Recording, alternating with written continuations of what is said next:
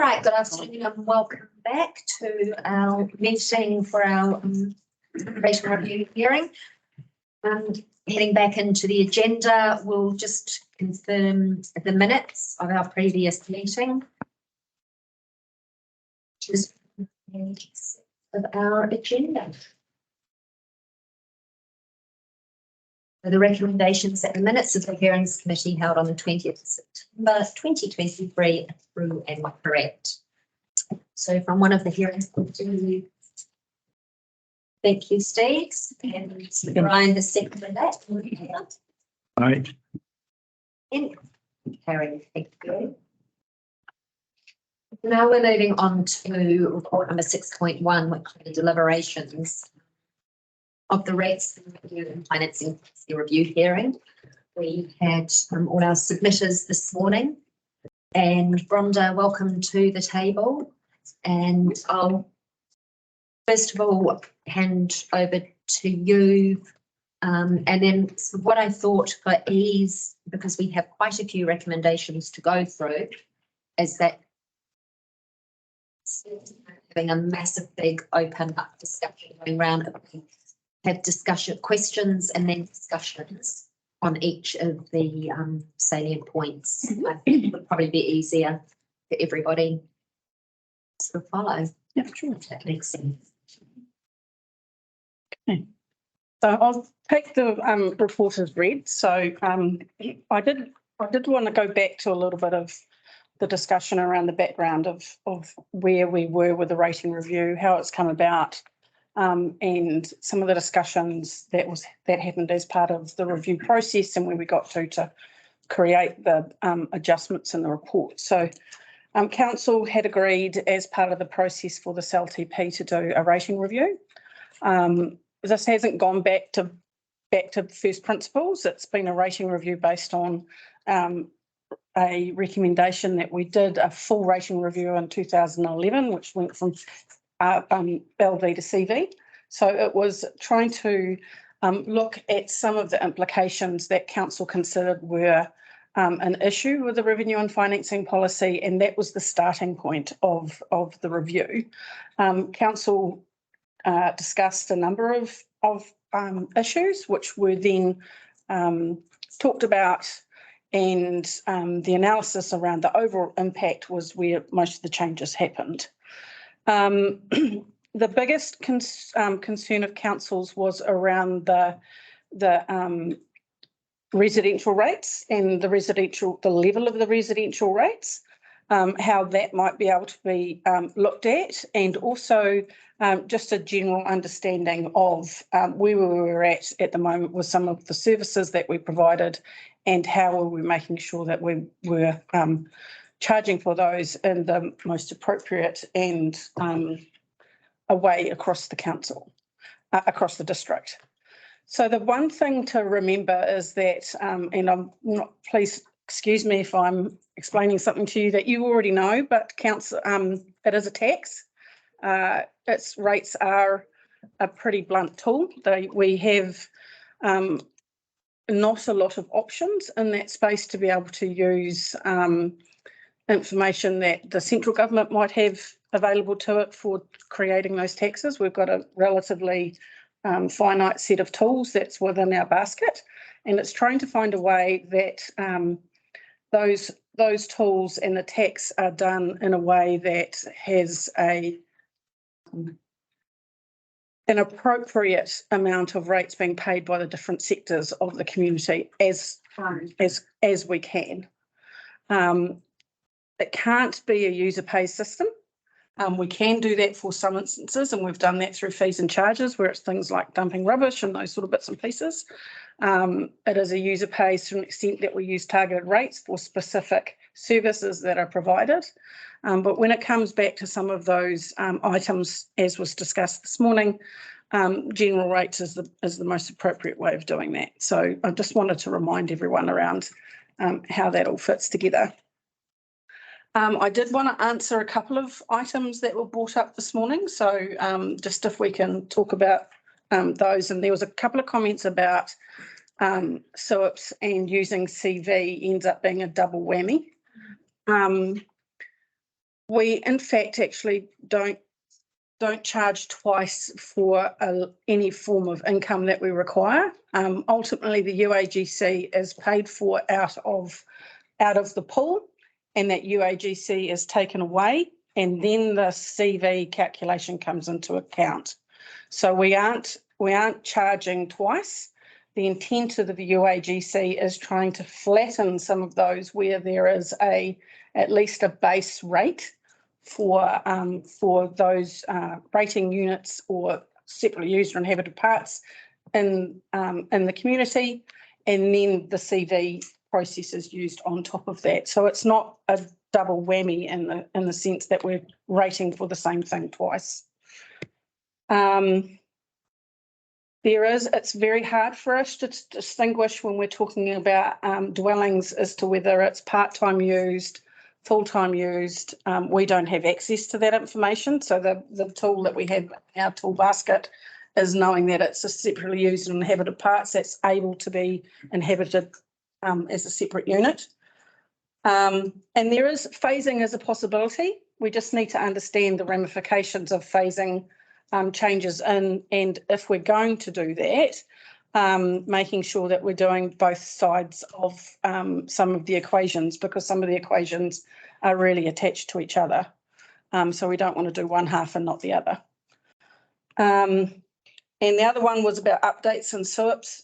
We are able to possibly use a self-declaration process where people say that they've declared that they've removed the kitchen from, and we can do spot checks on those. There is ability for that self-declaration. That self-declaration is a declaration in law. So it has consequences if they self-declare something that is not deemed to be true. But we can use that as a process over and above the rating 3-year valuation process that can happen as well at that time. So Sorry, can I just ask, would that be both disconnecting both kitchen and toilet facilities? Normally that would have one or the other. So for a place to be able to be what's deemed to be separately used and inhabited, it would be a kitchen and a toilet. So if there was no toilet facilities but there was a kitchen, then that would normally not deem to be able to be separately inhabited. So it would be one or the other. I mean, I could see the logic in having a toilet and a microwave, which is the kitchen, to get around it. You know what I mean? Yeah. I understood it was both. Both made it a SUIP, but you're saying either or makes it a SUIP. So a SUIP would normally include both the ability for ablution, so that's normally a shower and a toilet, and a full kitchen to be able to cook. Yeah. But so, if you're saying you didn't have a kitchen, but you had a full bathroom, that would then not be a SUIP. It's not normally considered a SUIP because it couldn't be used as separately used or inhabited part. And the fact that normally for someone who would live there full time, a microwave wouldn't be enough. Yeah. But for Airbnbs, that's often what you get. Yes. Is a microwave and a jug to make your coffee. Mm-hmm. Okay. And that's all part of the building consent process when you apply for your consent. Yes. Okay. So that just answers some of the questions this morning. So two things we're considering that Bron has touched on there.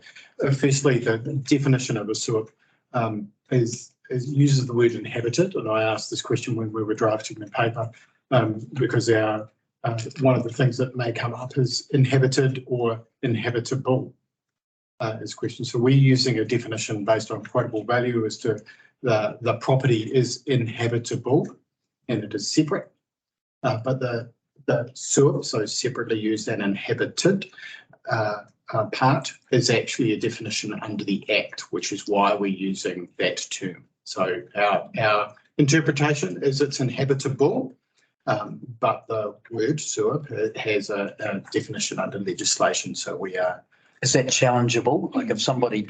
We could change it. I guess I just wanted to clarify that's why we've used that word. It's not because we are expecting people to tell us whether or not their unit is inhabited. It's a definition under legislation.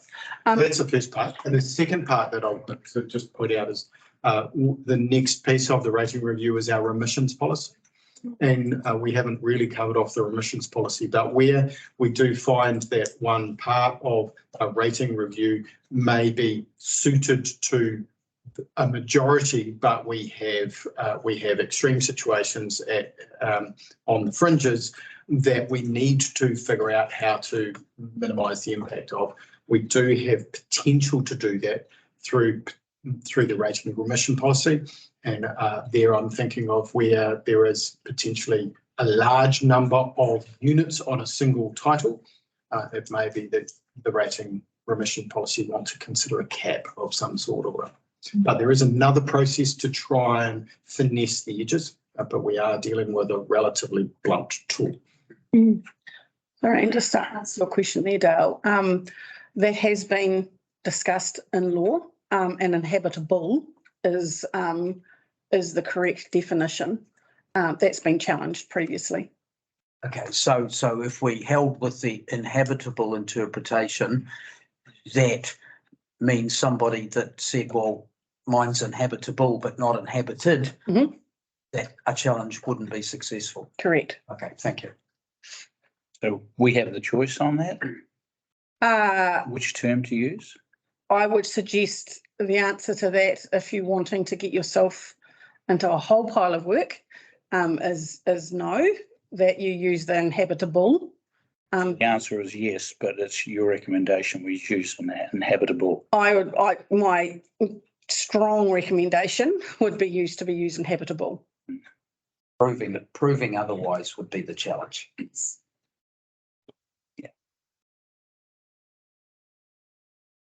Questions around? Yeah, I'm just wondering I like the point that you made that it could be if they make a change to the property and it's no longer inhabitable, that they can get a remission. Would it not be the same process to say, I built it for my parents and since passed away, it's no longer habited, and that could be the way that we change that? They are different scenarios. Inhabitable means that you would still have a kitchen and, not have a kitchen, or the fact that it's no longer being used in the way that it was previously, would not be in the same vein. It's permanent change, it's a temporary change. Yeah, correct. You could then turn around and Make it a rental. Make it a rental. And sorry, I've lost my train of thought. I was going to say that. Yeah. And what we would probably do in that instance is if they came in and made a self-declaration that they have changed the use of that, they would have to make that declaration before the beginning of the financial year. And that the next rating strike of rates, that would be taken into account, because it's what it's like as at the 1st of July that's relevant. So, Bronda, just coming back to Steve's comment here. So I apply for a consent to build a 2-bedroom whatever that has a full operating bathroom, but no kitchen, just a blank space.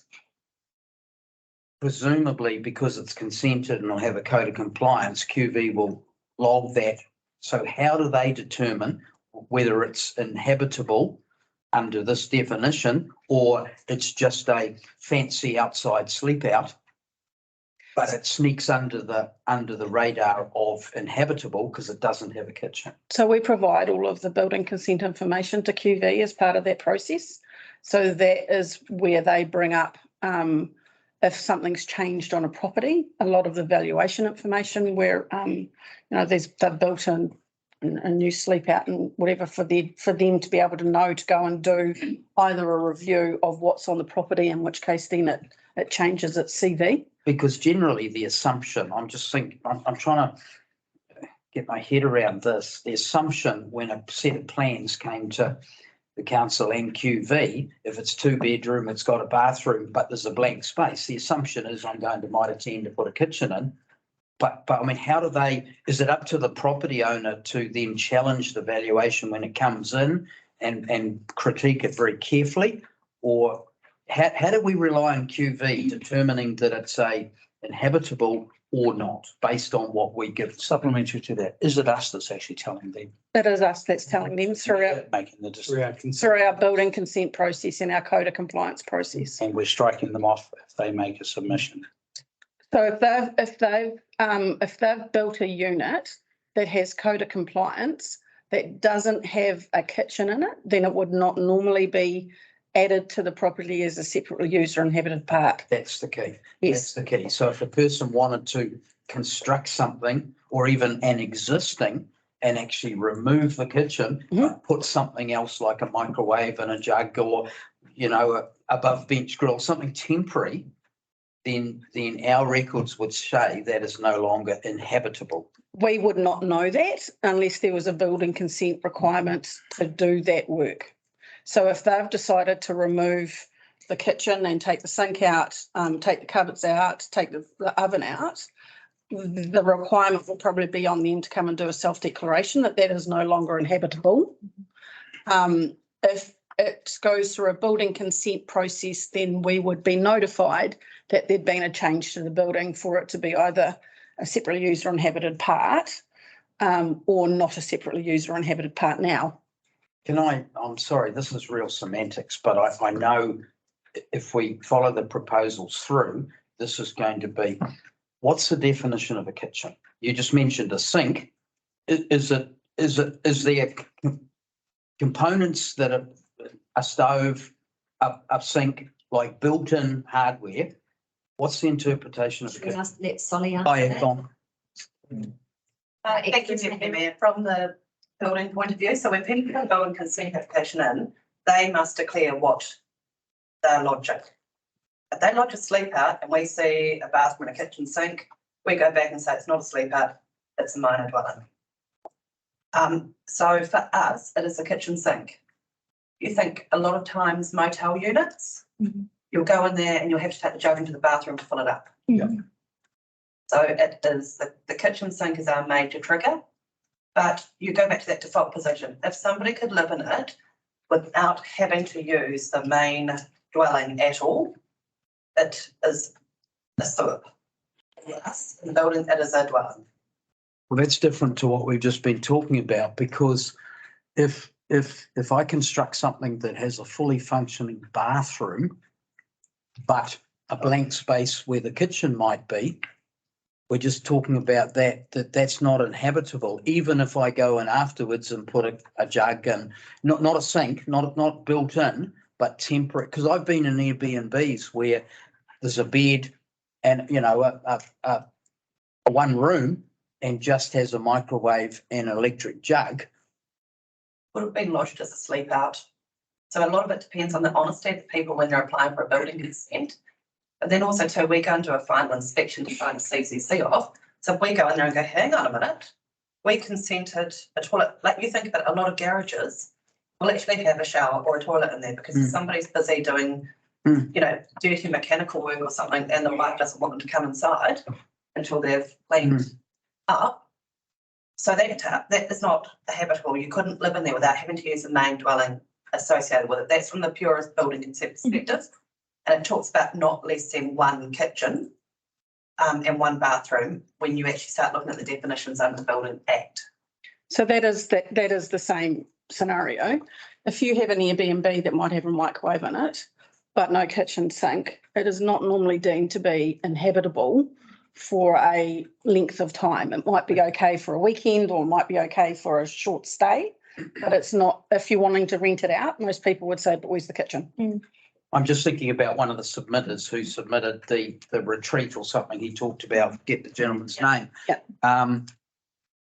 That exact scenario, he could, if this proposal went right through, he could get around that if it was a be all and end all by modifying what he had in existence, but still pretty much service the intent of what he uses it for. Yeah, you could. You could, Okay. but he couldn't, it would also not be in the position then to be able to rent it out for the long-term stays, for the, the 1 month stays, and for if he wanted to turn it around and turn it into a rental, because the market changed and he was able to, it wouldn't be able to be, most people wouldn't rent it because there's no kitchen. So just on there, if they wanted to change, would it be a council requirement that they would have to remove the hot and cold water, say, that and the drain that went across to the kitchen that was there? Would that be a requirement of council if they were to change it? We don't make that a requirement right now. Probably an example I can give you is sometimes we'll have sections where they couldn't have 2 dwellings on it due to the size, but they're wanting to put a small garage on with an associated bedroom, toilet, shower, cooking facility so that they can live there while they build a new dwelling. What we do is we consent it and then we say, prior to the issue of CCC on the new dwelling, the applicants are required to decommission the kitchen. And so we will not sign up a CCC on the second dwelling until that kitchen's been decommissioned. So you could do that, but then also, you know, once it's out, if it was to go back in, we probably wouldn't know it unless there was a consent trigger for something else, or they're advertising on the internet. Yeah. I'm just thinking about the unintended consequences of whatever decision we might make. Yeah. Okay, cool. And sorry, I'll just, as an example to that though, separately, sorry, Councillor Williams, a lot of councils do use separate use inhabited parts. And so it has been tested quite a bit. And that same scenario is part and parcel of how council would continue to charge a SUP. It would be if they then wanted to say, I don't use it now as a separate user habitable part, and I'm going to take the kitchen out, and they do a self-declaration to say that that's been removed. The only way we would know that it's still out is either by doing an inspection or something starts being advertised, in which case then, you know, that is, you know, pretty hard for council to be able to go and police that.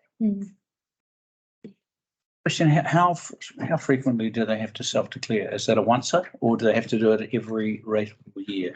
If they've decommissioned the kitchen, it would be normally be expected to be a once-a, because it would be that they've taken the kitchen out. If something changed that we picked up, it was either they needed a new building consent for whatever, and once again, they went back and they saw that the kitchen had been put in, then there would be a discussion at that point. So I decommission it, but then next year I sell the property and the next owner comes in and whacks something back in. Yeah. Yeah, look, So if it happens illegally, we won't know about it.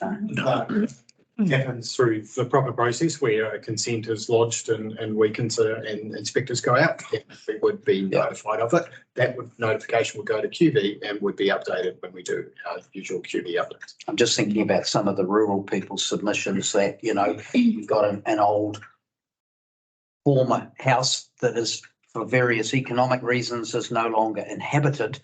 It would be worth, you know, if this proposal went the distance, it would be worth them decommissioning. Yes. In order to. If they wanted for it to not be considered to be a separately used or inhabited, I'm saying inhabited because that's what it isn't under the Act, but for all intents and purposes habitable, they could self-declare and decommission it, and ultimately that would be then recorded on the notes of the building that has been taken out, and any work in the future to put a kitchen back in if it was required to be consented or whatever case would then take effect. Right. Coming back. Question. Oh. Sorry, Grace had a question. Right. My question was around this remissions. I'm just wondering, in your opinion, Bronda, what would make this change to SUP no longer warranted? Like, if there were a few cases today of where it's hurting them hugely, and so I imagine they'd be coming forward and saying we'd like an exemption, and we'd probably give some sort of recompense. And I'm wondering, at what point is the SUP conversation become more hassle than value if we have all these exemptions here, there and everywhere? My question would be coming back to the reason why you're giving exemptions. And so from a remissions point of view, that would be a conversation that we'd have at the remissions point in time as to what extreme outliers are there that you want to make sure aren't being affected by it. Because when you look at when you start looking at those outliers, I would expect there to be a fewer number of remissions being put in place than there are SUPs being added.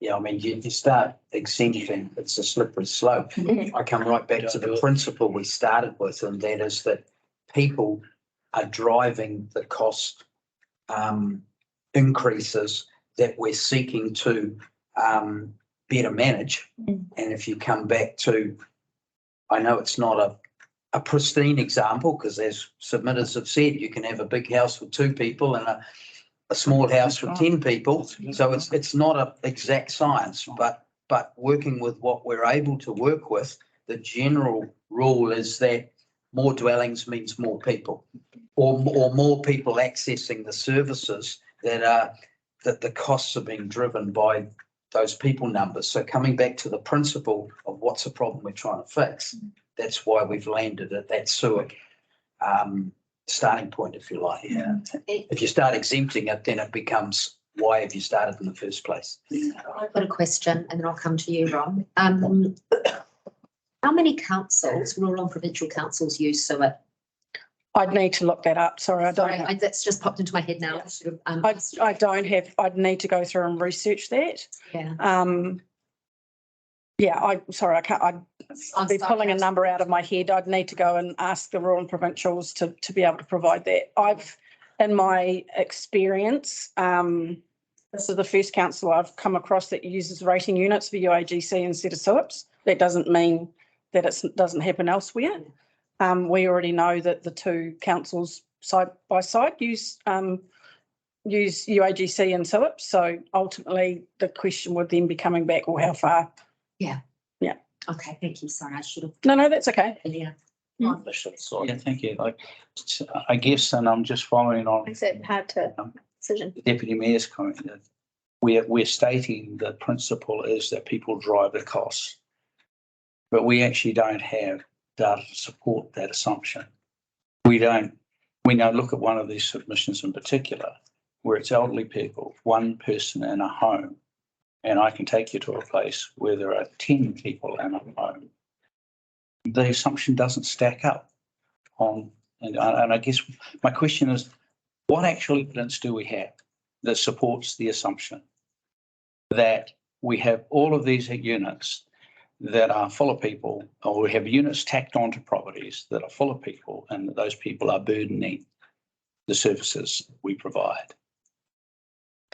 Are we just making an assumption based on a desire to reduce rates in the urban area? We have evidence of that.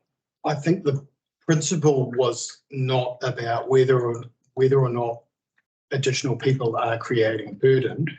The principle was, what is a fairer way to divide the cost, whatever the cost may be. And it was about, is the best way to divide cost capital value of property? So essentially the value of the property, or is there a different way to divide the cost based on the number of people that a property has? And so some of those costs we agreed were primarily driven based on people, so swimming pools, libraries, governance, that sort of thing, primarily related to the number of more people you have, the more cost you have, whereas others of them were less related to people, and therefore the only way we had left to divide that cost was capital. So it wasn't about there was a burden, it was more about, is there a fairer way to cut the pie?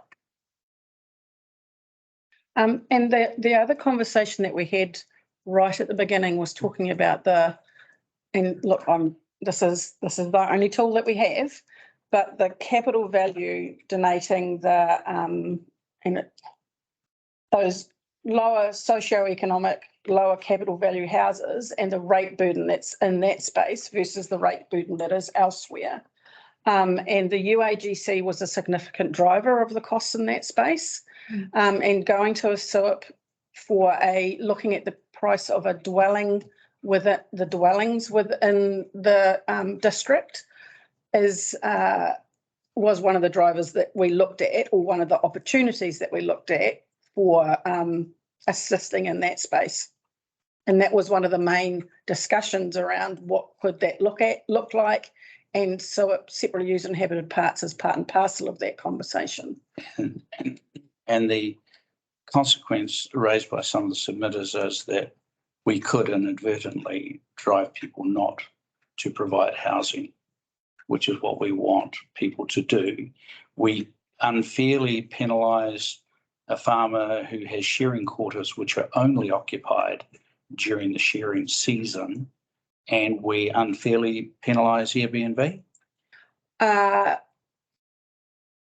I don't, unfairly is a word that I would, That's what they use. yeah, exactly. So the Both would be captured. Yeah. the It's a Airbnb, blunt tool. I think what we recognise, Both would be captured. it's a very blunt tool. Yeah. The question is, do we want to use it? sorry, just one question back to that. Ultimately, if people are going to come in and do subdivisions, the rating units would be a rating unit anyway. What we are capturing is those units where, so that wouldn't be affected, I suppose is probably the point. What we would be affecting, or the possibility to affect, is those people that have the ability to earn money off another dwelling, for that dwelling then to also pay for some of the rates. But they can now. And if I take the village as an example, I could take a section, put 20 little cabins on it, rent every one of them out and not be hit, because I don't put a toilet and I don't put a kitchen in them. And I have a centralised kitchen toilet facility within the main house. We're not capturing that. In fact, we're incentivising that. I think, Steve, you've been quiet. Would you have any questions? We're kind of merging the questions and discussion. So I think it's good to have it growing organically. But We are, I think, looking at reducing the uniform annual general charge, aren't we, by taking some things out of it and spreading it further? Yeah. So we might be going from 1,100 to 700 or 800. 990 off the top of my head. Sorry, I don't. Massive. So that's $20 a week. I wonder if I know an extra $20 is a lot to someone who's currently not paying it, but if you were contemplating some sort of multi-unit dwelling on a section, I don't think $20 a week per unit is going to make up your mind whether you do it or not. That was also one of the principles that we, Thank you for that. yep, sorry. Steve, correct. Question. I'm happy listening to the conversation continue, but It's just in case you forget the question, because I often do. And no, I've written it down. It's just to do with the forestry differential.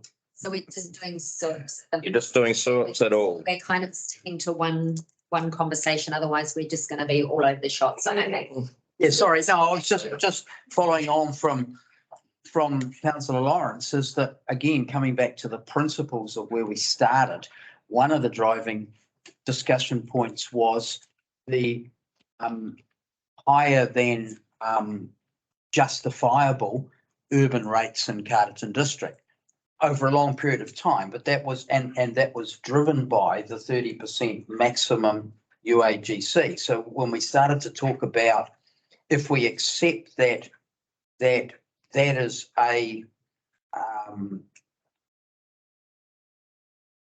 consequence of the 30%, how do we manage that better so that we're not the highest urban rates in the land and so on and so on? So that started this conversation, because we can't shift rates outside of our district. So we have to work out, is there a more appropriate way of sharing that using the tools available in the Rating Powers Act? So that's kind of driven us to this point of those series of proposals. Given the submissions that we've had, some say keep it at 30% and don't change anything, right across to the other extreme is it's far too high, pull it back. are you able to answer that slightly? No, I just wanted to talk to Ron's comment, actually. If someone is to build an ablution block and put cabins on it, then surely, I don't know, sorry, surely that would be then a commercial dwelling, and they'd be being charged commercial rates if they're going to rent those cabins out and stuff. It's not like they're using a home you know, like, I don't, when I built my little place. They are. No. They are. Well, yeah, but you know, Belvedere like, Road right now. but if you're gonna get consent, something like that, then that would be captured, wouldn't it? I think we can pretty much agree that the new buildings going through the building consent code will pick up whatever anomalies or not there may be and will be rated accordingly. I think that's already been answered. I think the bigger question, and for me, listening to the submissions, and reading the submissions, are the existing ratepayers and the impacts that's going to have on them. So the family that have built a granny flat for mum or dad because they can't afford to own their own home anymore, and they're still alive or they pass away or whatever, as Mr. Stiles said this morning, they have 3 effectively 1-bedroom units, which the whole, their value is $600 odd, and that's been rented out to over 65s again who are low income. I won't include Carter Society in this because that's to me, a completely different. Well, it's not different, but there's an option and there are levers for them. And I think new builds kind of, for me, sit outside. I think the conversation around SUIPs at the moment, the rural, so sharers' quarters that they may or may not let out as tourist accommodation to help boost their incomes because the rural sector is declining rapidly, and some of these other smaller places that have added a granny flat or in the instance of side. That for me, that's kind of where my thoughts and questioning around SUIP is going. And as Jeff said, like we're hitting a walnut and sledgehammer here. You didn't say that. So if we, Madam Chair, if I was to say the principle is sound, what we're talking about is the impact. Is it an option to say first dwelling 100% UAGC, any further 50%, for example, as an option? I know it's transition and I know that doesn't fix the problem both ways, but is that an option? That's going away from what you mentioned right from the start, that it's about the amount of people. Yeah, absolutely.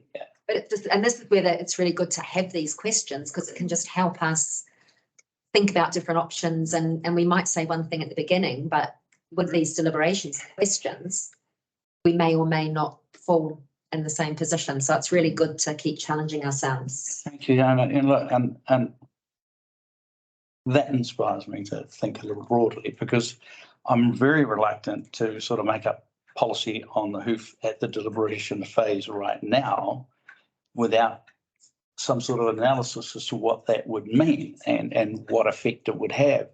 It would signal to me that you'd step right back and have another look at other alternatives such as that, and that would give me the opportunity to talk forestry. And there's another issue that got raised as well in the submissions, but I'd be reluctant to sort of just at the stroke of a pen right now, make a quick change to a recommendation that we only go 50% without information, knowledge and data to justify that. And you're not going to get that right here today. A better approach might be, and I think this was in Mr. Stiles' submission somewhere, for smaller units, say under 50 square metres, to have a smaller proportion of that, of the UAGC, because that would pretty much capture the houses he's talking about with one elderly person in them. You can still build a unit under 60 square metres with 2 bedrooms in it. With 10 people in it. And I do we want to come back to the actual submission process and the number of people that didn't actually come in and talk in.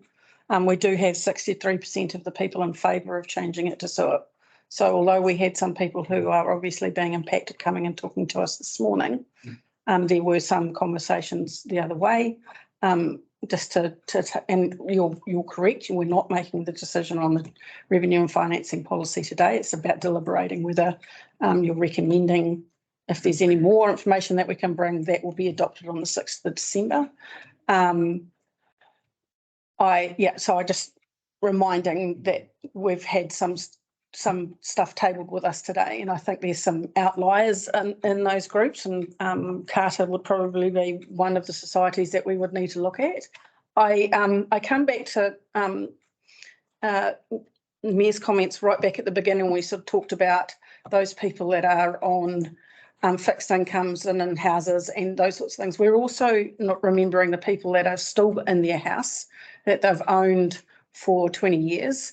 And they're in the situation where they're still paying for a full rating unit because they've not sold it and moved to something smaller, that they are being captured at the moment on the other side, where they're paying a full UAGC based on the rating unit at $1,100-1,200. So it goes both ways when we start talking about those number of people that are going to be impacted. And we all know that with rating changes, that there's winners and losers on both sides. So I'm just conscious of time, and that there are other questions that we need to, at the moment, we'll just go through, if everyone's happy. Are there any more questions or discussions to be had around SILIPs, which was the question 1 on the policy? And if not, we can then move on to question 2, which is the funding sources of activities, general rates, including, one more. Sorry. Sorry, Robin. Do we need to, obviously I'm a little bit with Ron. I think there's a lot more homework to do on this and find out some more, as Ron said, data that we don't know at this stage. Whilst the principle of it is really good, I think that we need to consider a lot more, and somehow we've got to. I don't think we can make a decision on it today. When we come to our recommendations, Yep. we can factor things in there. Okay. What I'd really like to have happen is us have questions and discussions on what we put out for public consultation, and then we'll come to the recommendations. Yep. And then maybe some amendments. Sorry, and just to comment, the Mayor was talking about making changes to the policy that stands at the moment and wanting some more information on that space. I think we've done quite a bit of analysis as it's for the information that stands at the moment. If we're going to make changes to those recommendations, then that would be a process that we would need to look at, and the consequences. Yeah. Right, moving on. So, as I said, changing the funding sources of activities to general rates, including UAGC. I think that for all intents and purposes, it answers the primary reason why we were doing the process that we're doing at the moment. And that's to give us a little bit of flexibility in the level of rating that we have for the UAGC and being able to move it from 30 down to a lower figure. I think probably in all of them, that's the one that gives us more flexibility than anything else. And so I think that can be considered as a separate process in its own right. Unless anyone's got any questions in that space. Does anyone have any questions? Keep going, you'll be very quiet. Grace. My one question that I had, I can't remember if they spoke about it today at the deliberations, but it was in the in someone's submission. They talked about the fact that having governance paid for between the UAGC and the general rate would mean that people with high value properties are paying a premium on the access to counsellors. And I thought that was the only one that I thought seemed kind of problematic to me, in terms of one person having the same responsibility and the same access to a counsellor. I thought having that based on a financial contribution seemed a little bit tricky. I think the rest of them make a lot of sense, but that was the one that I thought, is that something that's common, Rhonda, to have governance within a general rate? Yes. Okay. The bit probably is that you financially, there would be a separation between financial aspects and representation, I suppose, if that's the right word. Yeah, I think if someone comes and talks to you, you're not going to know how much How rates. big their house is. Yeah. So there would be a separation between their representation rights and the financial contribution that they are for Yeah. community.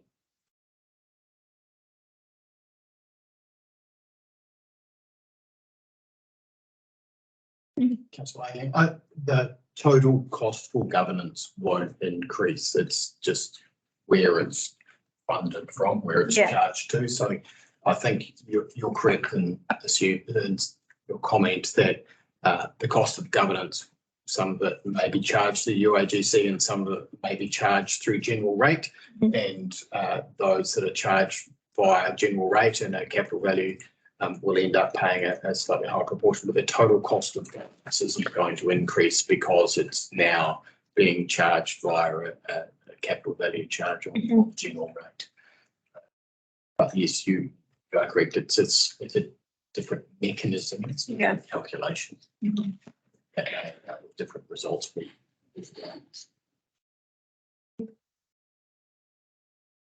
Any other questions? This clarification. So we haven't set anything here in terms of the split between UAGC and general rates, have we? We haven't said all of these are going to be 100% funded from general rates. No, the part of the revenue and financing policy was to take those splits out and to say it was going to be general rate, including the UAGC. Okay. As part of the funding impact statement and annual plan policy would be when you made what the percentage of the UAGC would be for any given year. And so it gives us a little bit more flexibility than where we stand at the moment, which does have specific rates. And then that drives the UAGC for its minimum that would be being charged. And we knew at the time it was about 28%. So we've got a 2% variance. We can't change that as it stands at the moment. This gives us a little bit of flexibility by making those changes. We haven't yet adopted that policy. No, that's part of this policy. That's part of this revenue and financing policy.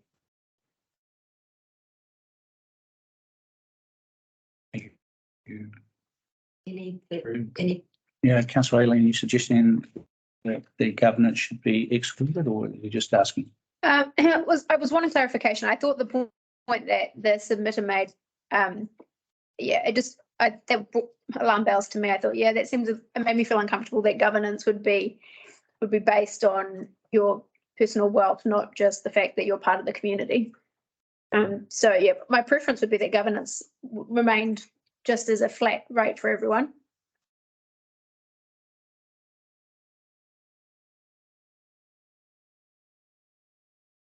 so just going back to the submissions, 71% are in favour of changing or charging the funding sources. So again, just a reminder for us, often the people that come and accept their submissions are the ones that are most compassionately opposed to.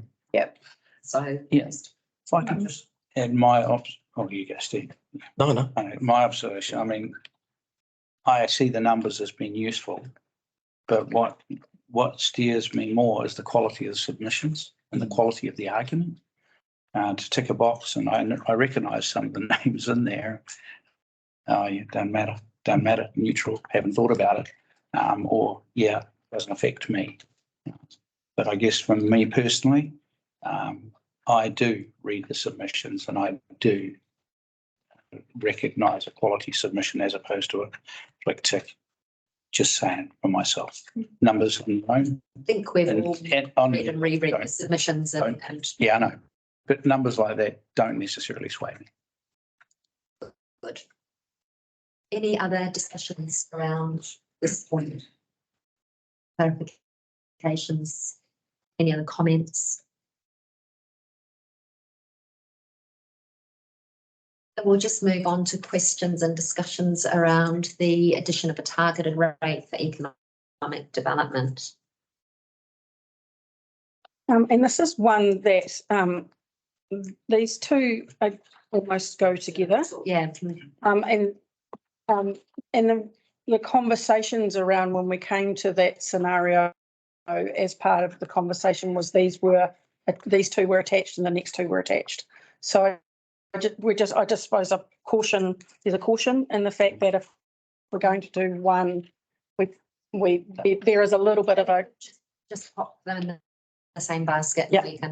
So that would be, Reduction to 1.8. yes, yeah, and the economic development rate being as an addition.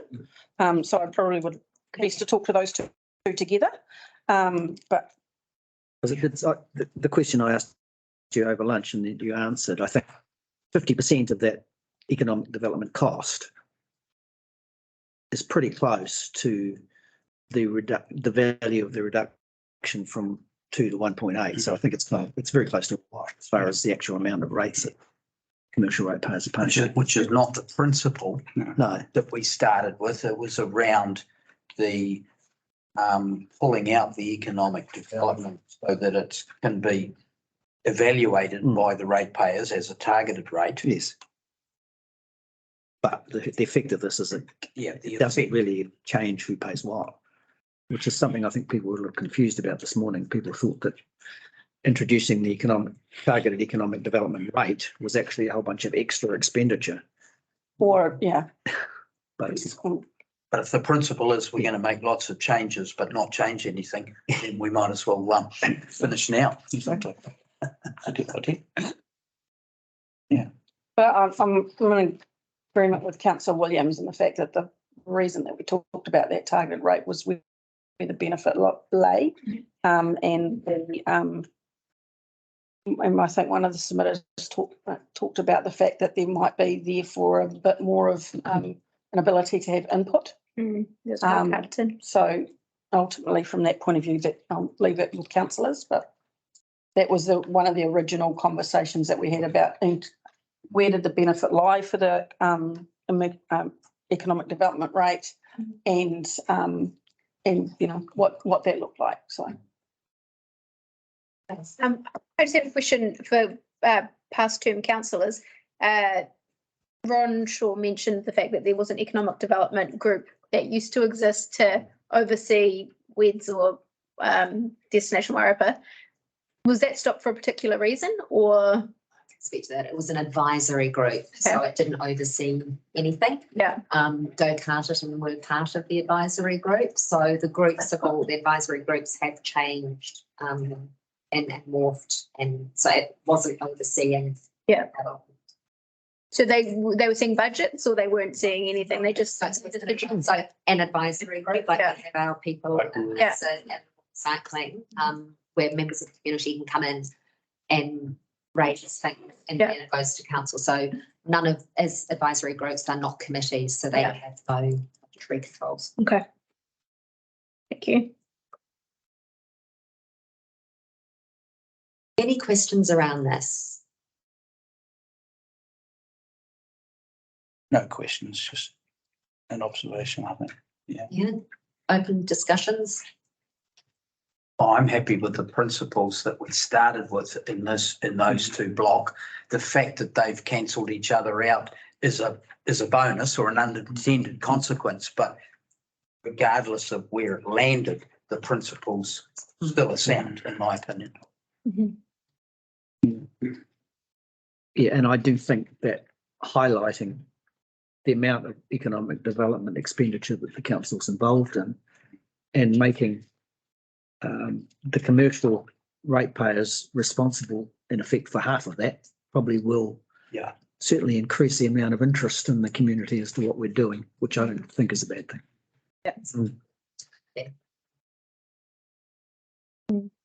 Yeah, no, maybe. Well, okay, so moving along brings us to the rural differential is our next topic for questions. So moving rural differential on the general rates from 0.8 up to 1. Are we missing 7? Yeah, adjusting the commercial. Sorry, Funding for water and wastewater? Yeah. sorry, I was just going this page as opposed to had it around the other way on here. let's save the rural one and let's go to the water and wastewater. Although they do interrelate a little bit. So They do interrelate. they do interrelate as well. So, but I think it's probably better to talk about them separately. Is that your? Let's just see how the questions and Yes. discussion goes. There probably isn't anything from me particularly put on the table other than what we've already discussed previously. I suppose the only highlight that I would highlight is that there are a number of people who would like both parts to go their way, for want of a better word.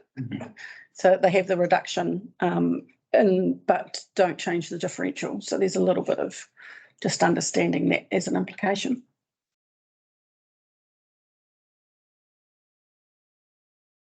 Which probably leads to my observation that nobody in the rural community was asking for that until we suggested it.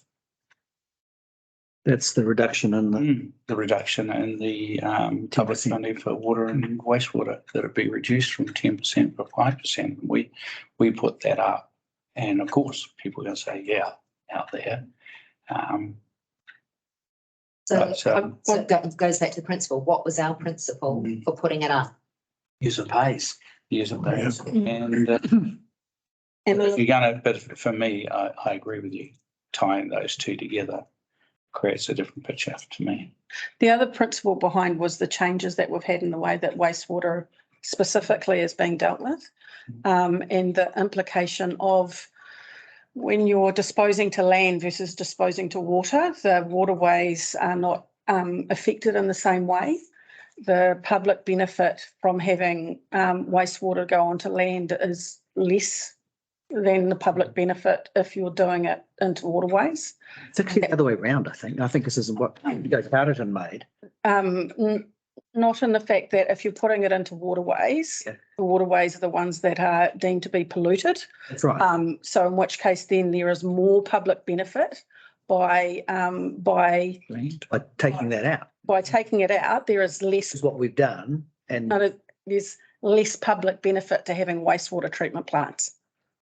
Because ultimately, it's going now to land instead of going to. But there's more public benefit in the sense that we've got cleaner waterways. How does that work? Doesn't make sense. I think the word benefit, right?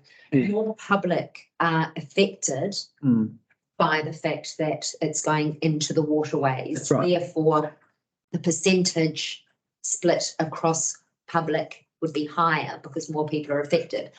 Discharge to land, less are affected because it's not going into the waterway, so therefore the percentage charge comes down. That's true.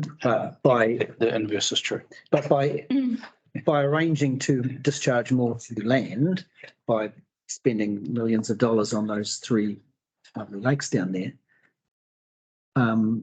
we have improved the public benefit in the sense of cleaning up the Mangareiri at the expense of the urban ratepayers. Oh, yeah. So the bit when you're coming back to the benefit causality analysis in that space is it is probably counterintuitive in that way, in the fact that you're doing in a wastewater treatment plant, the more that you're putting it into water, the fact that you're actually doing it has a bigger benefit. The fact that you're actually treating that water has a bigger benefit. When you're putting it onto land, the waterways have no implication whatsoever, so there is less benefit. It's still being treated.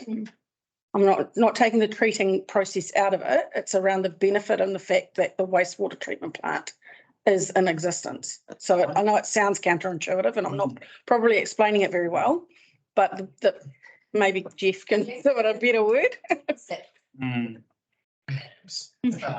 Perhaps while we head around the intuitive, counterintuitive public benefit, one of the other considerations you may want to take into account is, so what do our neighbours do? And when we looked at our neighbours in terms of how much charge, let's public benefit, how much charge there is on the targeted rate versus how much charge goes on to general rate. Our neighbours are at a lower lower percentage than us.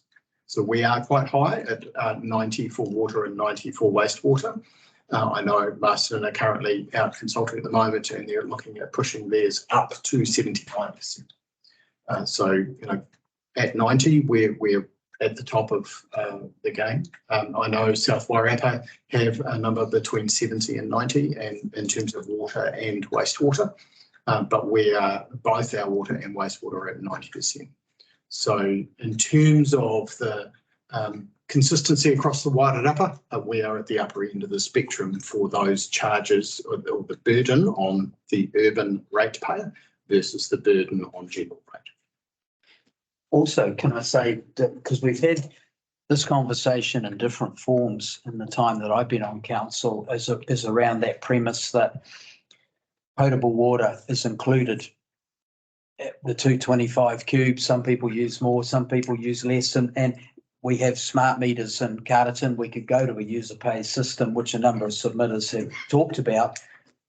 Simply, however, what sidelined that conversation was Three Waters or affordable water, around why would you go down a complete restructure of how we provide potable water when potentially it won't be ours, and well, who knows. But, you know, I think the public-private split around water and wastewater is actually not really the question that people want to know, and that is the actual supply and charging of potable water, which then is transferred into wastewater, is the real issue. And water metering is the answer to that question. Yeah. And I'm just sort of contemplating, looking forward to a conversation that hasn't been part of this process. So what's the future looking like in terms of wastewater, potable water, reticulation services, Three Waters, on the current scenario, political scenario, and on the current, with the things that we're considering in another space, what's that 95% going to look like for an urban ratepayer 3 years from now? Because that's it might well be that we are better for the urban ratepayer leaving it where it is and sharing a wider piece of that across the whole of the district. I just think sometimes you be careful what you wish for. The point that Chris Engel made out at Gladstone, and he made it again this morning, was that because of the capital value of his property, the 10% that he's paying for in his rates for these charges is significantly more than the 90% that a lot of people in town are paying. So he was pretty excited about that going to 5%. Yeah. And he saw that as a counterbalance to the 1.8, 0.8 to 1. So he's right. I think it's really difficult with looking at this because we don't have a confirmed look and feel of what the government is even going to be made up of. I mean, we know the parties, but we don't know anything beyond that. And which means that it's really, really challenging being in local government because we don't have a crystal ball. We can only deal with what we've got in front of us right now and what we've been told up to this point. And it's, I think, you know, if wishes were horses, yeah, but we don't know, and we can only make decisions on what we do know. This part of this is really not a deal breaker. It's a minor part. The two biggies are the SUIP and the rural differential. If we don't make progress on those, progress in whatever term, then all of the rest fall into margin of error stuff, don't they? Because any changes they make, the debate would be then around, is it worth the effort of making the change to get the petty cash? To get how the pie is sliced up. Yeah. Except that if we leave the water split at 90, we increase SUIPs onto that, or put SUIPs onto, particularly onto rural ratepayers and we take their differential from 0.8 to 1, I'm not going to be on the council. There's going to be pitchforks at dawn. So A lot of you, I think. Yeah, but what is the needle, what is going to move the needle the most? It's sewer and differential, not the third one. So I'm just thinking in terms of where we invest our time.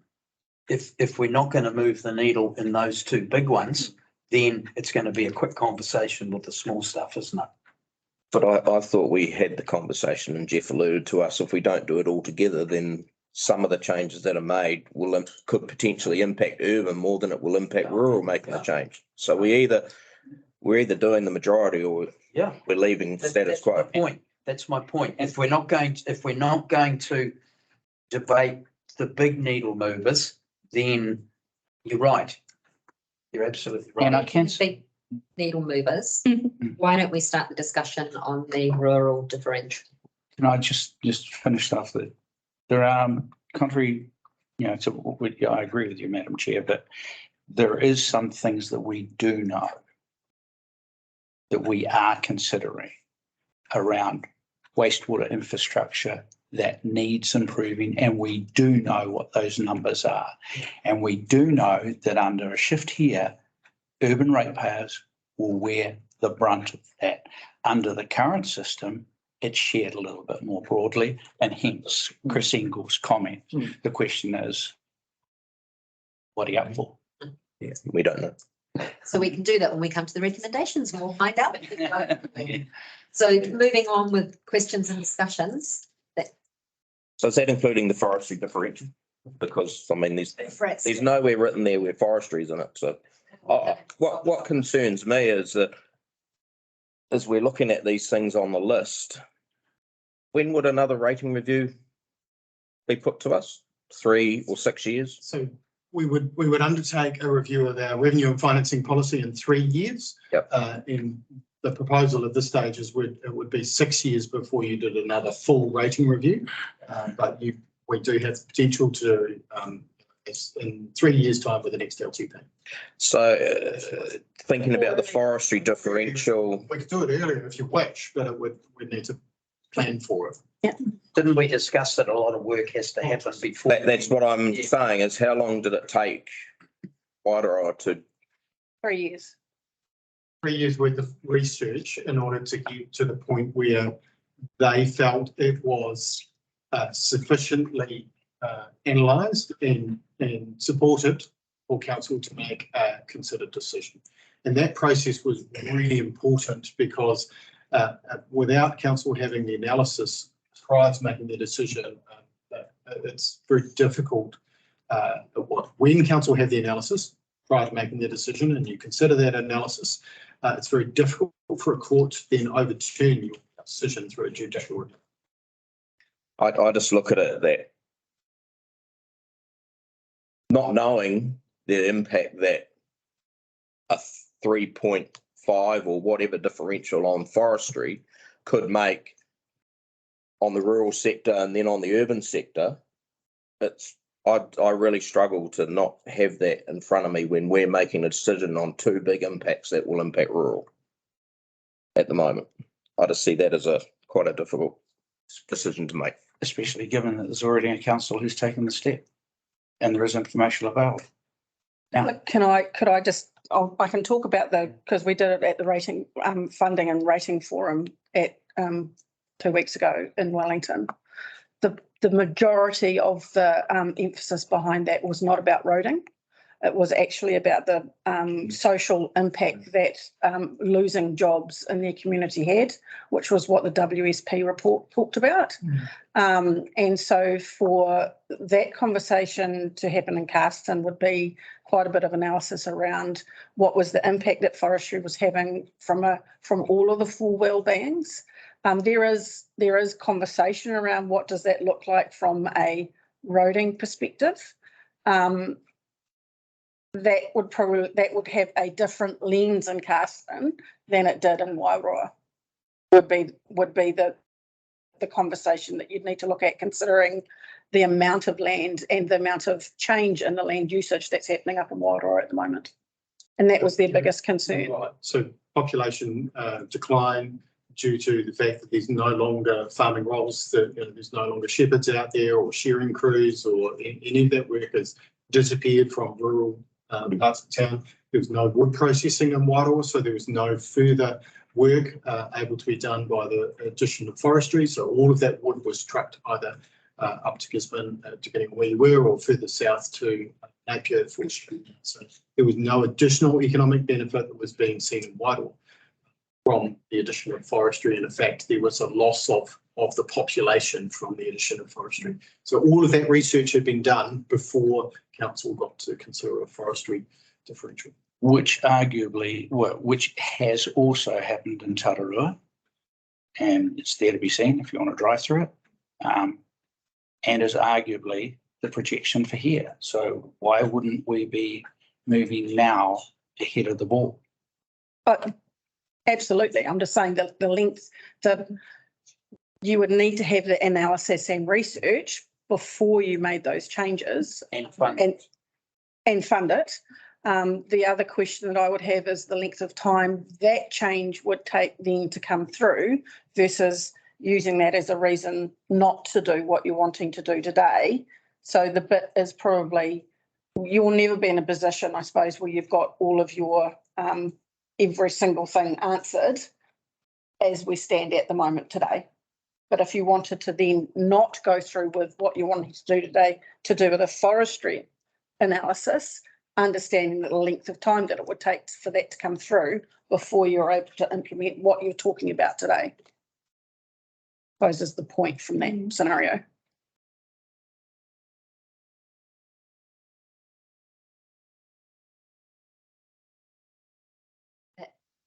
Steve? We have to do more work Mm. and we have to bring that work back to council, and then we have to consult with the public on a proposal.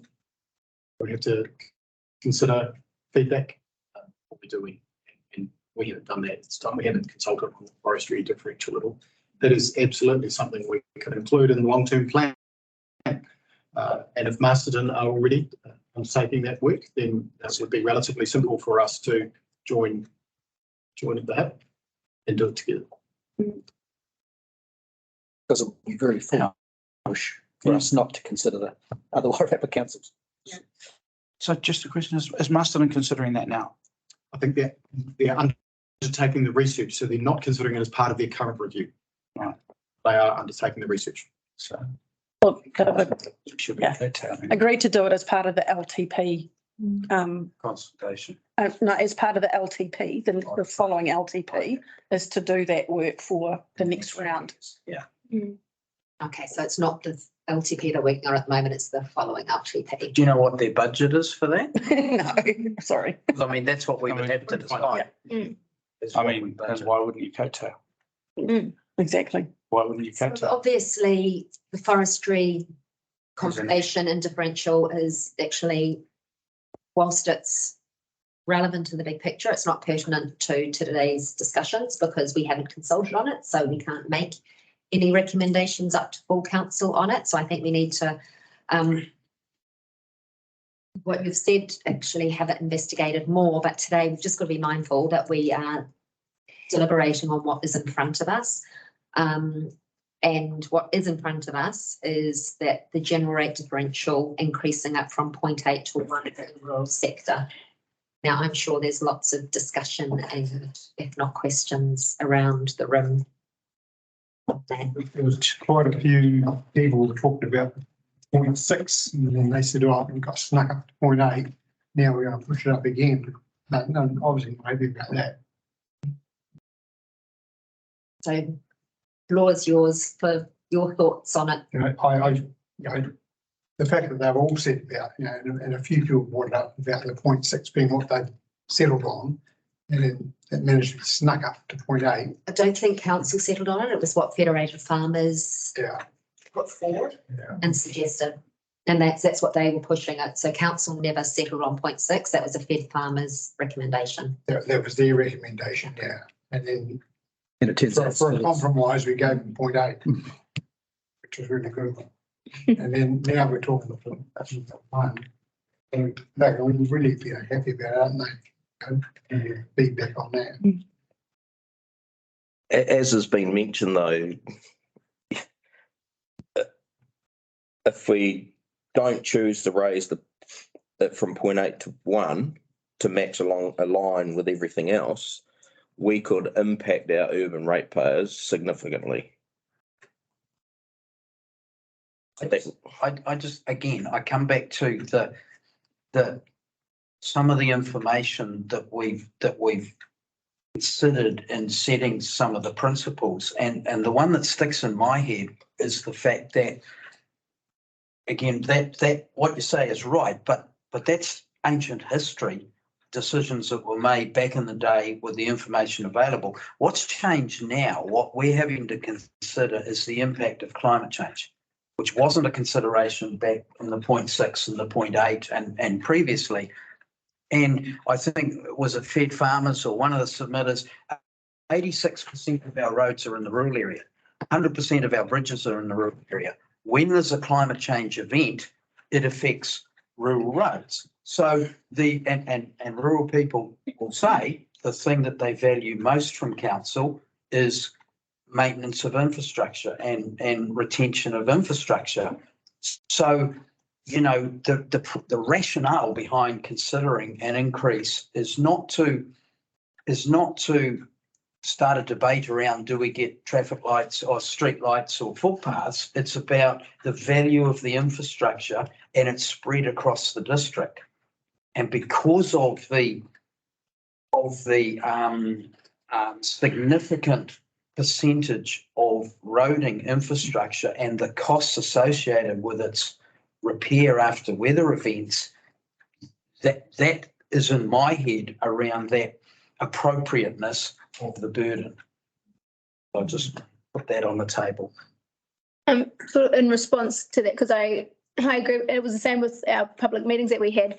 The point of the cost of rural roads was brought up as the justification for changing that 0.8 to 1. But every time we've had conversations with Johannes, he's brought up the fact that the damage in these cyclone events is being covered 92% by central government. And so I just don't know if it's totally fair to say to the rural community, but your roads cost us a lot. And I know that they do, and they have a huge quantity of roads. But when there are these acts of God, it is covered mostly by central government, and it isn't really hitting our ratepayers' pocket in the same way as general maintenance of roading in town, which have, you know, lots of use. So I just think, yeah, for the rural ratepayers' defence, I think a lot of their costs are being covered through central government. Maintenance of culverts and things. Yeah, Brian had a question. Sorry. Yeah, my thoughts are basically, as I deal with a lot of rural customers and getting around, basically I'm not in favour of putting the rural the differential up to 1. I would like it left the same, and the main reason basically, as has been touched on a little bit, is climate change and the well-being of the rural people. They're getting hit hard. They're getting hit hard with compliance, commodity prices down in all phases at the moment. Basically, I think deer's about the only one that's doing all right, but there's not many deer farmers around in our area. So, yeah, they do get hit hard. Compliance, commodity prices, and the question came up about the ability to pay. For a lot of rural business operators are not cashed up and haven't got the ability to pay. They've got big mortgages, a lot of them, and so and with that in mind, I think that we've sort of really got to think of them. They are, they are basically 50% of our population, and in the submissions that were submitted, I've got down there's over 50% say no to adjusting the rural differential rate. So 38 out of 73 said no. So I think we have to listen to that. And I certainly get that message just about every time I go out into the rural area. Thanks. So just in regards to that, Brian, how do you,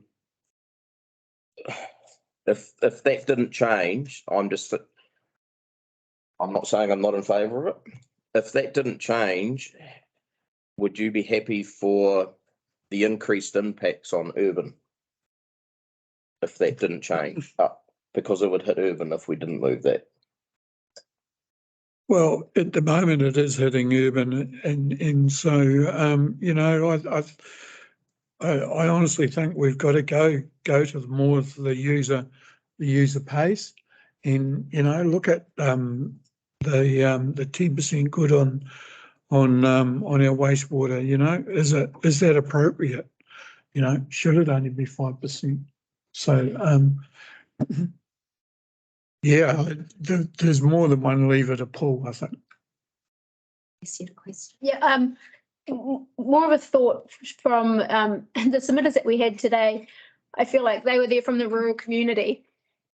And a lot of them, I don't feel, made the case for why it's going to hurt them in the way that was necessarily going to persuade us the most. I feel like they had examples of these surplus ways of making money on their properties through Airbnb or whatever, tourism outlets. I feel like that's kind of the examples that we actually do want to be clipping the ticket on. However, the majority of farmers who are going to be hurt by this aren't here submitting to us because they're busy working and stressing about their mortgage repayments. And I think we had a whole bunch of people talk about the add-ons that farmers are trying to do to make a living. But I think the majority of our farming community who own a farm don't even have the capacity to be thinking about those examples. And I think there are people who are going to be hurt hugely through that differential being changed up to 1%, who, like Fed Farmer said, aren't aware necessarily this is even being discussed because they're in the thick of it. They've got, as Brian said, they've got no income coming in through the price of wool's next to nothing, meat prices are crap, milk price, like they've just got, you know, every side is taking a cut from them right now. And I think this is going to be kicking our productive industry while it's down. I agree that the rates burden, I mean, I worked, as you all know, I worked at the Taxpayers Union before being here. I'm aware that we have very high urban rates, but I don't see the answer being shoving it all on rural. I see it as dividing the pie, not worrying about dividing the pie, but shrinking the pie.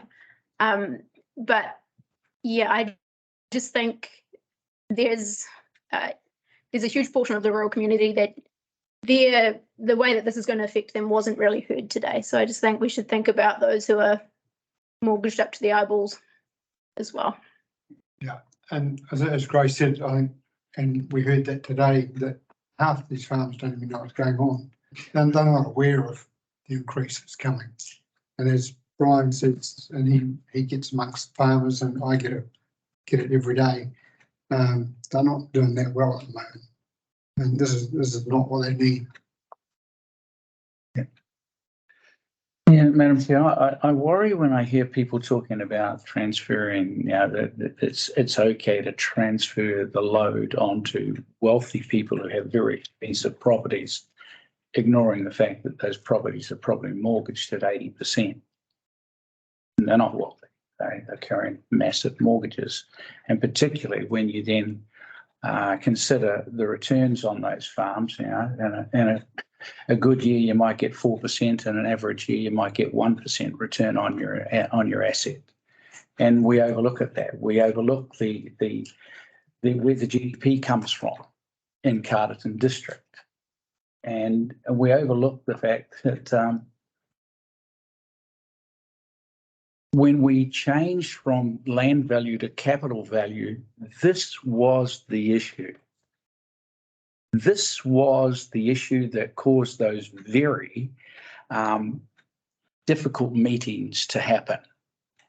And people bit the bullet and learned to live with 0.8, even though they knew that it was going to hurt them. I think we need to be mindful of some of the conversations around forestry. If an unintended consequence is that people decide to destock, get rid of all their their labourers, their shepherds, empty out their farmhouses and plant forestry, then the problems we've just been talking about, impact on our roads, will be exasperated. And we only have to go to Pongaroa to see that now. So I'm just saying that for me, the move from 0.8 to 1 couldn't have consequences that go far beyond just a conversation like this. Steve Lawrence, do you have anything? Well, there's no answer to what I'm going to say, but one of the problems we have, I think, is that we don't separate out the cost of the rural roading. Like I don't know what percentage of our transport cost relates to rural roading. So when one of the things we're saying to ourselves is that one of the justifications from going from 0.8 to 1 is because of all those rural roads. But we don't specifically know what that's costing. Now, clearly it's not fair to say to the farmers, you live on this road, therefore you pay for it, because anybody can drive down it. So there's clearly a public good in terms of getting out to Tora or whatever. But that's an area which I think before we went from 0.8 to 1, I think we should clarify where those costs actually are. I think to just what I'm hearing, and I think what we're not talking about, council's business is not just roading. We have 4 wellbeings, and it's not, our rates aren't just about roads. And Grace, you're right, when there are big weather events, and central government has stepped in and contributed a huge amount. So I think we need to, roading is a very big part of it. It's not everything that we do for the rural community. And I think personally, the Wairarapa has the highest suicide statistics in New Zealand amongst youth. And a lot of those youth are from our rural communities. That for me is a huge concern. And I was speaking to someone earlier today who on their way here had stopped for half an hour to talk to a local farmer who's doing it really, really tough and have reached out. And I think personally, the legislations that have been pushed down on them, and we all heard about it this morning, and the increased costs, the dropping of commodities, I think personally, I'm not for increasing it to 1%. And I think we just also need to be mindful that when we do have conversations with our ratepayers, roading is not everything that we do out into the areas. I mean, one of the premises that we talked about right at the start was, I mean, we have an opportunity with a rating review, and remember we talked about it starting from the fact that we are acknowledged as having the highest urban rates in the country. And the question we posed ourselves is, do we care about that, or are we worried about it? If we are, let's explore options to change that. So what we've got in front of us is a series of proposals that potentially could alleviate some of that pressure on the urban. However, as we're also realising out of this process, there's no silver bullet. To take it from one means pushing it to another.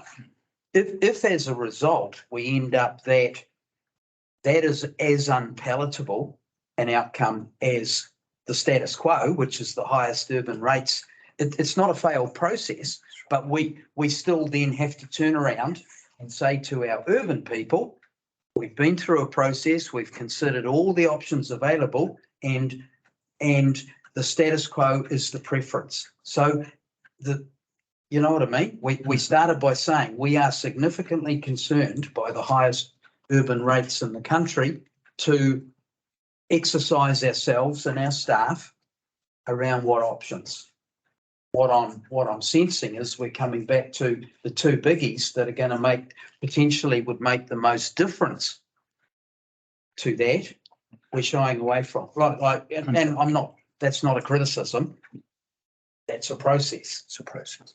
But we've also got to look at the fact that we're basing, well, a decision about the highest rates in the country on a 2021 year, I think it was, that was advertised this year. It could have changed in the 2022 year or the 21-22 year or 22-23 year, and we might be down significantly. So we're jumping to conclusions that we need to make these changes when in fact other councils and their spend may have seen them shoot through the roof. We have no idea in the last 2 years. And they have. And also, isn't it how those calculations are done slightly skewed anyway? Like it's not comparing apples with apples. It's Suggest we focus on ourselves.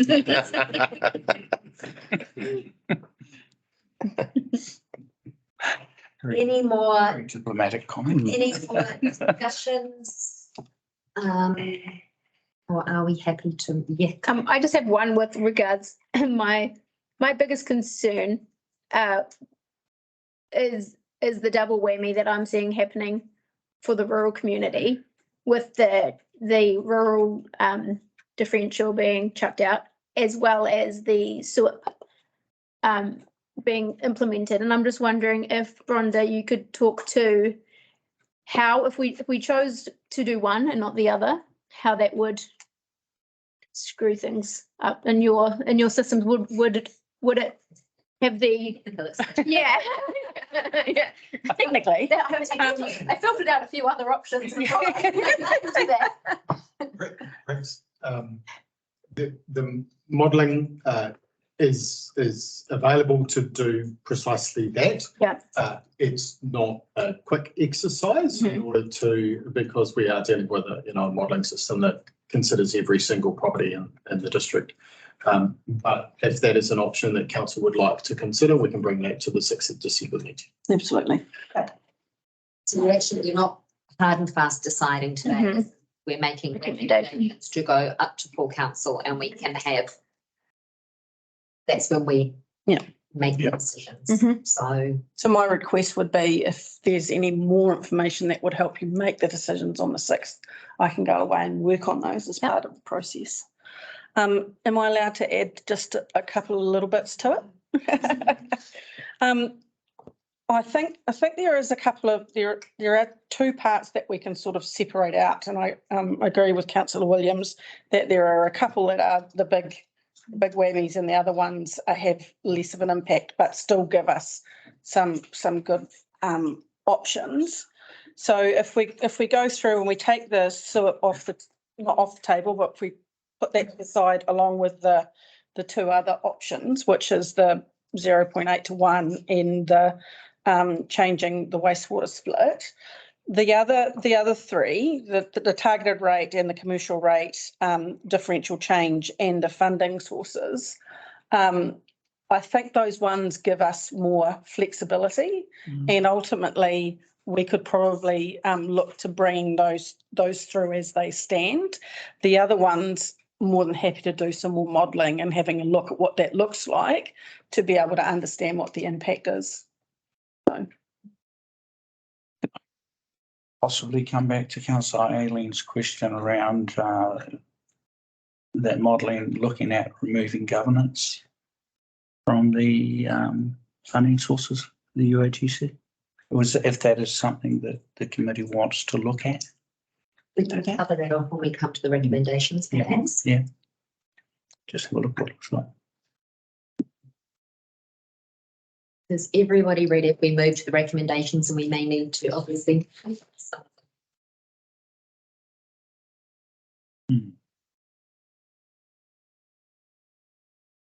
So on page 16 of our agenda,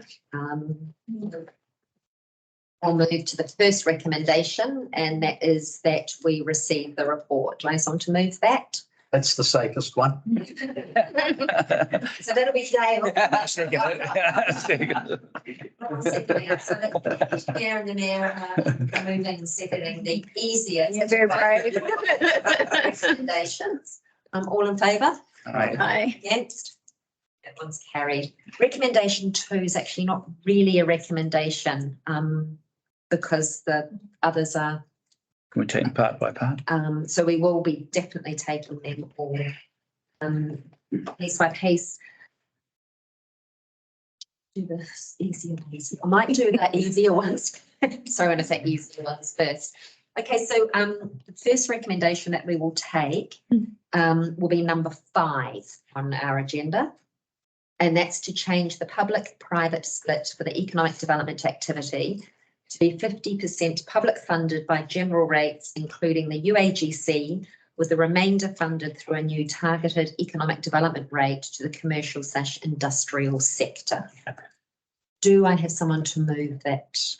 Thank you, Grace. Do I have a seconder for that one? I'm happy to second that. Are you second? Okay, thanks. All in favour? Aye. Anyone against? So that one's carried.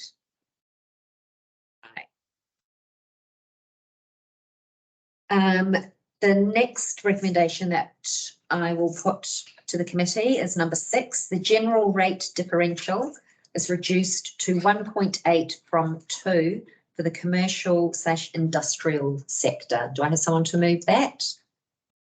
Oh. Thank you, Brian.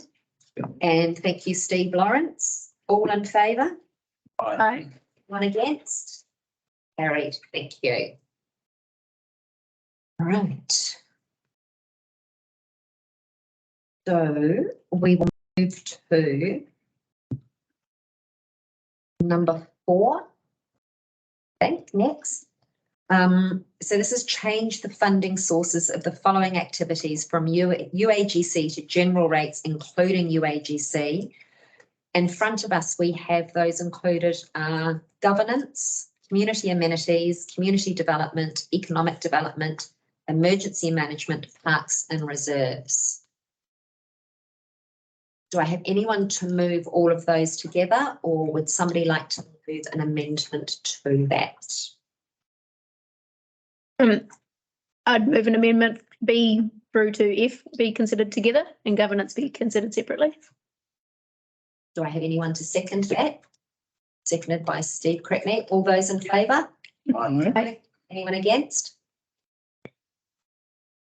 Robin? Okay. So therefore, we begin recommendation to. Want to do the same one for A, just on its own. Yeah. And see if that fails. Okey-dokey. So then we move that we change the funding sources for governance activities from UAGC to general rates, including UAGC. Would anybody like to move that? Silence is deafening. So that has failed as a recommendation. And that recommended as, okay. I thought the intention was that we consider that separately, not that we. Just did. They were Aye. funded. Lose and you lose, mate. Yeah. You poke him. Yeah. Make sure it's all right. I think There was a tension. Never mind. up to 5%. What I say. No, so, yeah. So moving down to number 7, the Oh. public funding. We're going to do 4 to B to F. We did that, Grace. Oh, you- Steve Mhm. moved it as. It's an amendment and then it was voted, the amendment was voted on. Oh, right. Okay. Sorry. Got you. I missed the voting on the amendment, but it's a bit slow there. Sorry. So number 7, the public funding for water and wastewater is reduced from 10% to 0 to 5%. Would anybody like to move that? Can we have a slight clarification on what the 0 to 5% Yeah, that's. means? Absolutely. So we have surprisingly, we actually have 2 water reticulation systems. One is in Wainoa and the other one is in town. So the 0% will apply to Wainoa and the 5% will apply to Evelyn and essentially to Carterton Township. And sorry, Mayor, that is part of the funding impact statement decision. So by having 0 to 5, we have the option of considering that every year as to Right. whether it's 0 or 5 Mhm. or in between. So at the funding impact statement position, when we adopt that for the annual plan, that's when you would differentiate between the two supplies. Give some flexibility. Wish we could separate the two systems out into two different recommendations. Yeah, how easy is it to actually provide us with something for the urban area of 2.5% down from the 5%? How difficult would that be? The principle of this is to push it onto user pays, isn't it? Like 100% of Wainawa, who are the beneficiaries of the reticulated water, pay. So it's really, I guess, supporting that user pays principle. I'm not talking about Wainawa, I'm talking about town. It's the same. Dropping down to 2.5%. Well, if you had 5%. if you had 0 to 5% as part of the revenue and funding process, you have the option during the funding impact statement discussion as part of the annual plan to, as a council, to decide that that's 2.5 for that particular year. If you change it to 2.5, you don't have the option of saying 5%. Okay. Old LTP period. Yeah. Could drop it Okay. to one day, maybe. So that it's giving you more flexibility by saying 0 to 5 than what you're That's saying good. 0 to 2.5. Yep. Yep. That's cool. Thank you. In my mind, this forms part of the 0.8 to 1 on the rural. So if we vote to recommend that it goes from 10% to 5%, and then we don't vote to go from. So would you like us to table first the rural rate differential? Is that what you're requesting? Yes. Everyone happy with that? Yeah. Okay, so the next recommendation is that the general rate differential. The motion is that the general rate differential is increased from 0.8 to 1 for the rural sector. Anyone prepared to move that?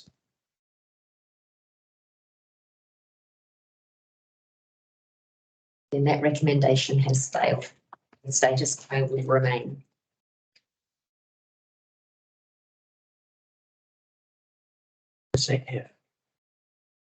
Awesome.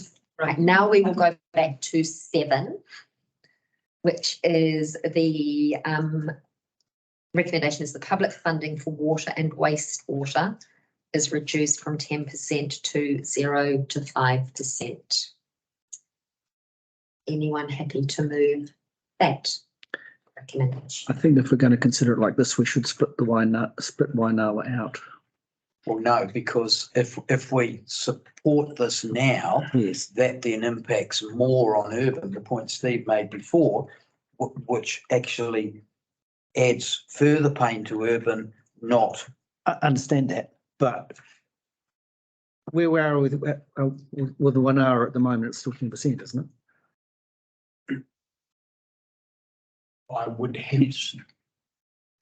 We could bring that back. We make the recommendation as per the funding impact statement.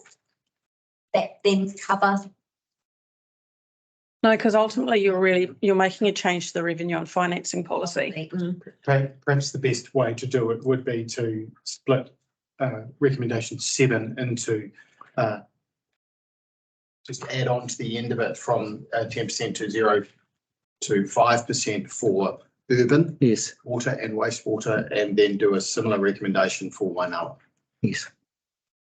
Used to create 2 recommendations rather than just have one covering both. Okay. Can I just make it, I don't know that we can, and the fact that it's still one activity. When we do the funding impact statement, we are able to do that as part of the annual plan, but with the activity, it's attached to the activity, it's in its entirety. So the 0 to 5% or the 0 to 10%, if you were in a position to do, you could do that at the revenue and financing policy, but at the at the funding impact statement place, the annual plan. But the 0 to 5 still gives you that opportunity to be able to do that.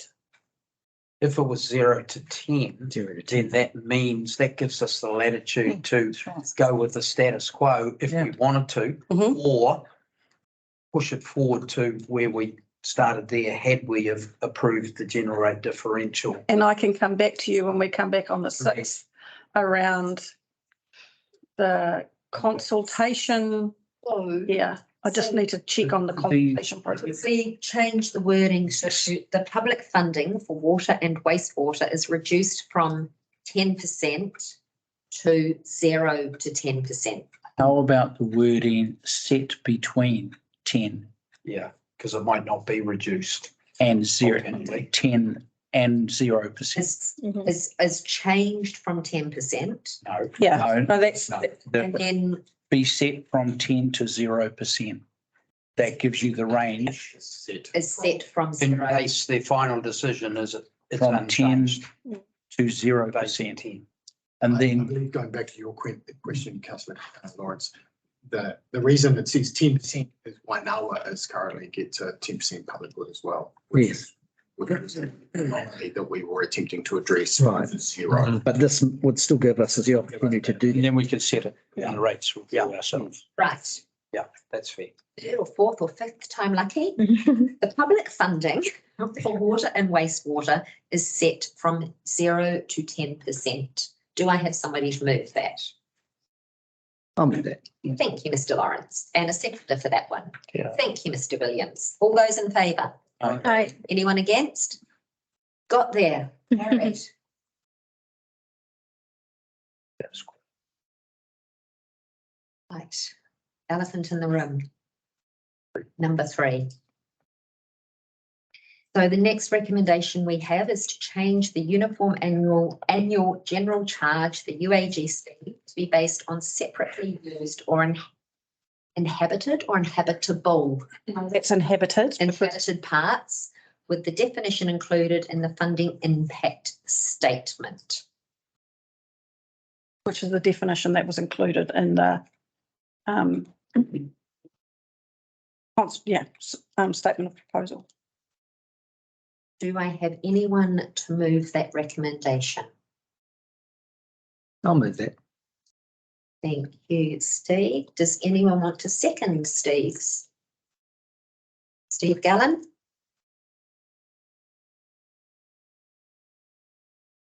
All those in favour, please put your hand up. So we have the mover and the second of 4. Thank you. All those against the motion, the recommendation? Against? The motion has failed. Do you want those who have voted against, would you like your names recorded? I will, please. Yes, please. So yeah, if you can record those who are against. Okay. Now, I know I said we weren't going to do number 2, but we kind of need to, but we're going to change the wording around it. So the recommendation that we agree with the recommendations previously moved. The revenue and financing changes, the recommendations moved to changes to be made to the revenue and financing policy. As agreed. As agreed and minuted. Recommended to council. To be recommended to council meeting on the 6th of December. I'm happy to move that if anyone would like to second it. Thank you, Grace. All those in favour? Aye. Anyone against? It is carried. 10 minutes early. Well done.